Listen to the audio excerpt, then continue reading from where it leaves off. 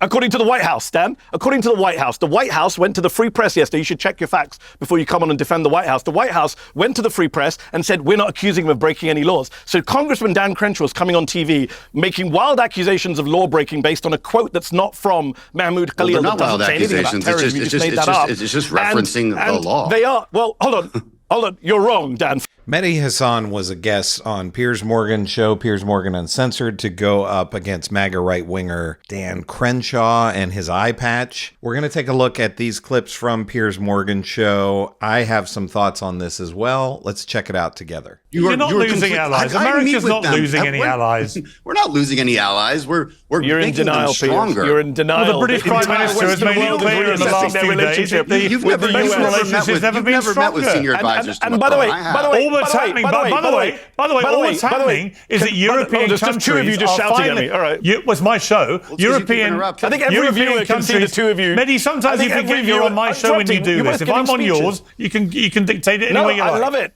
Yeah. Well, when you're on mine, Piers, I don't do two against one. I do on my own. I interview you on my own. No, you do. All that's happened in the last week or so is that Europe has finally stepped up and accepted more responsibility for defending itself properly and less reliance on America to constantly bail us out. Can I speak at as a European, I am completely in favour of that, and that's almost entirely down to Donald Trump, who was right onto the NATO scam in his first term, where European countries were not paying even their basic dues into NATO. Why should America step up as everyone's policeman, backing them with money, with military and everything else, if the Europeans won't even pay their basic membership fees? He was right then, and he's right now about Europe stepping up.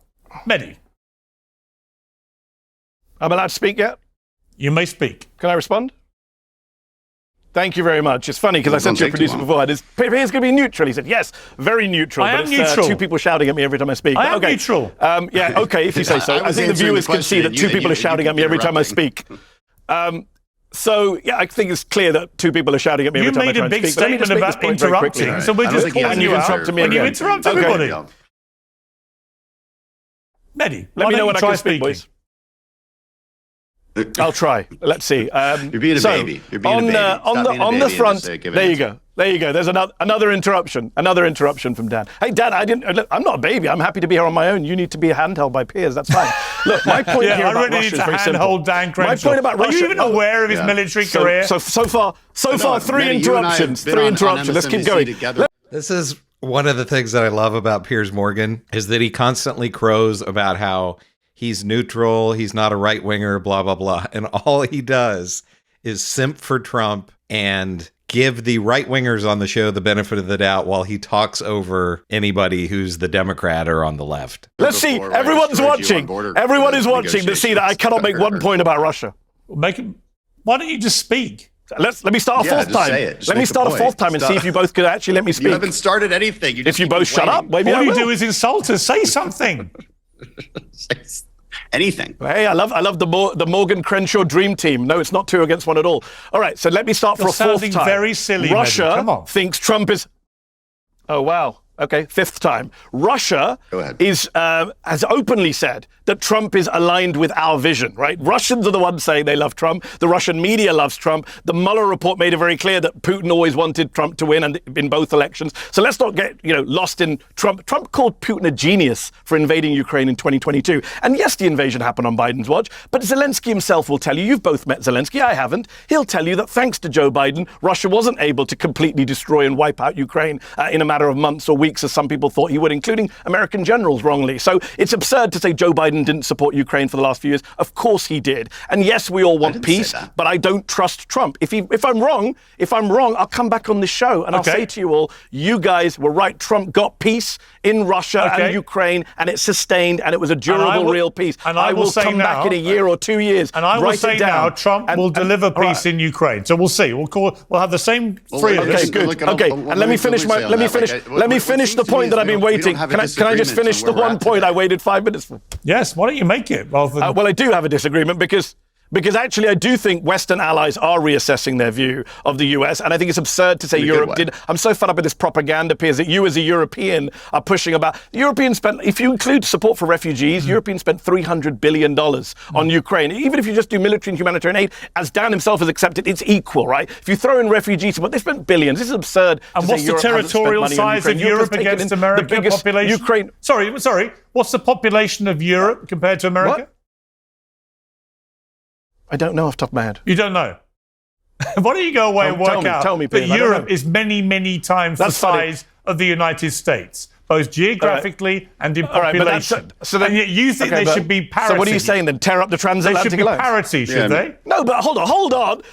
The US wanted to bleed Russia in this war. This is what people on the left have been saying for a while. The US had national security interests, they claimed, Republican and Democrats told us, including Dan Crenshaw, in fighting Russia. So don't act like this is some humanitarian gesture or charitable act by the US to Ukraine. Come on, grow up. That's not what happened in Ukraine. Okay, I'll try and grow up. Let's move on to the final.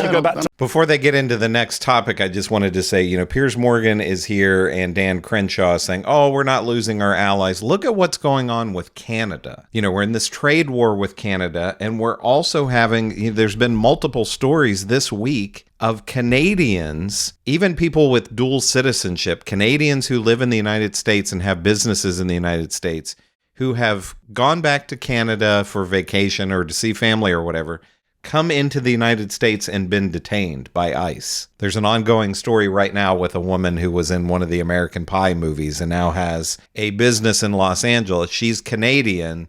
She was detained by ICE and held for several days in an ICE detention center. There are stories of snowbirds who come to Canada or come from Canada to the United States, go into the Southeast, go to Florida, and they are now canceling their reservations. They don't want to risk going to the United States and getting caught up in God knows what. So that's our closest ally. And not to mention things that are happening with Europe, which is siding with Ukraine rather than Russia, which is what we should be doing, at the very least not siding with Russia. So this idea that we're not losing allies is just wrong by Piers Morgan and Dan Crenshaw. I'm going to try and grow up. Let's move on to the final topic, which is Mahmoud Halil, who's this prominent figure in Columbia University's pro-Palestinian student protest movement, been arrested and detained on Saturday after an executive order by President Trump ordered that terrorist sympathizers should be deported.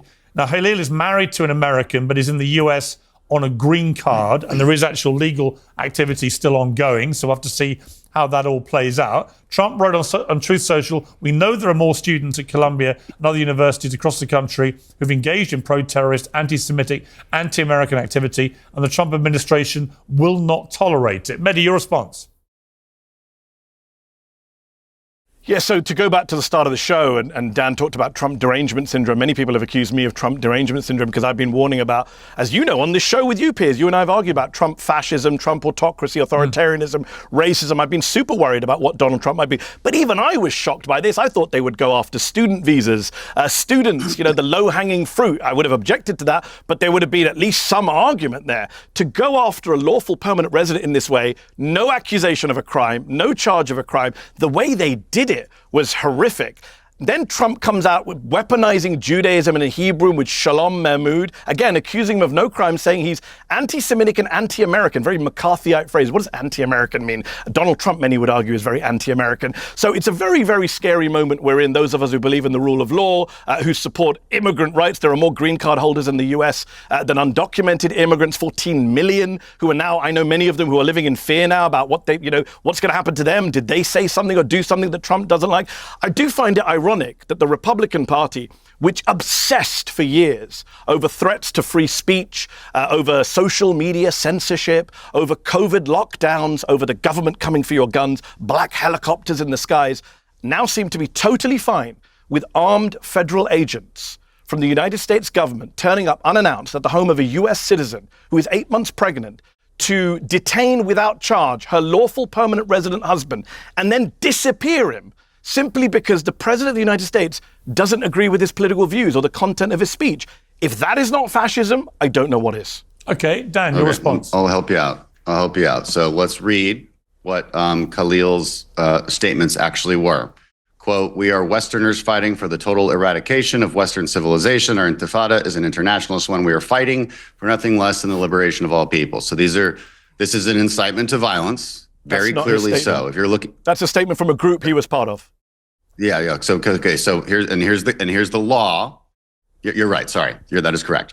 Now here's the law that we're referencing. You said he broke no laws, but it's Section 8 U.S. Code 1227. Being a representative of a political or social group that endorses or espouses terrorist activity is against the law and a violation of the social contract of having that visa. That's the argument. There isn't some. This isn't some McCarthyism. This isn't some vague issue. How is it false? I just read to you the actual U.S. code. Not true. I'll tell you. No, not true according to who? I can tell you how it's false because.